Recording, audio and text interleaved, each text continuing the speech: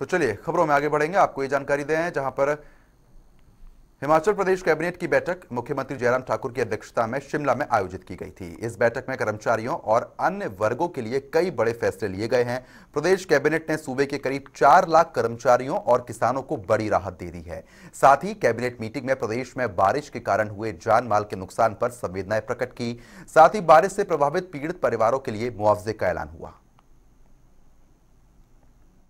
माननीय मुख्यमंत्री श्री ठाकुर जयराम जी की अध्यक्षता में संपन्न हुई, जिसमें हिमाचल प्रदेश में बरसात के कारण भूस्खलन और नदियों में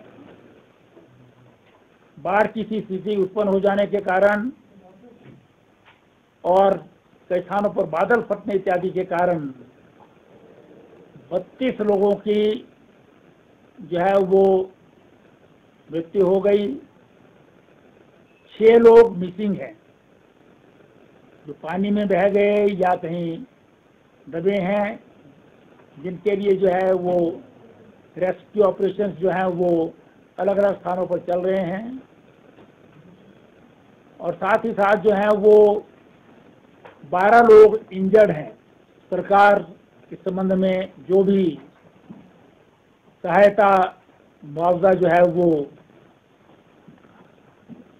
लोगों को दिया जाना है, उसके लिए अधिकारियों को आदेश दे दिए गए। बहुत ही महत्वपूर्ण निर्णय कर्मचारियों के हित में लिया है। जो छठे वेतन आयोग के कारण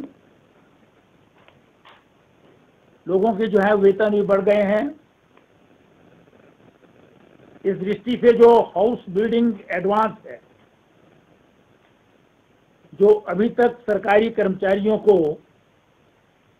7.5 लाख रुपए तक मिलता था,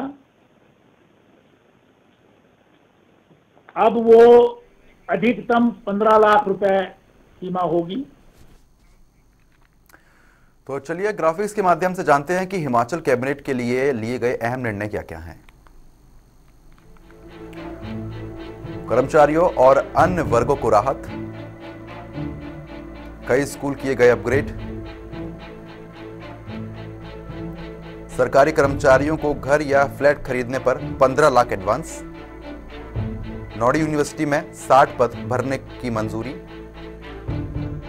4,484 हिमकेयर लाभार्थी परिवारों की वैधता के लिए बढ़ाए गए। संशोधन में किसानों को फायदा, खैर कटान नीति में संशोधन हुआ। शिमला के नया राजकीय संस्कृत महाविद्यालय, सरकारी कर्मचारियों के मृत्यु पर परिवार को मिलेंगे 55,000, अनुबंध कर्मचारियों के परिजनों के लिए 35,000 से 1 लाख।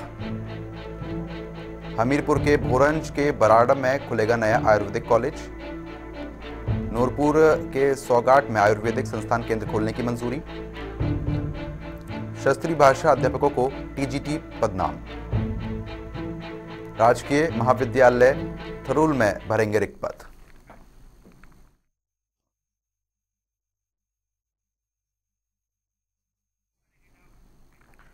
तो वहीं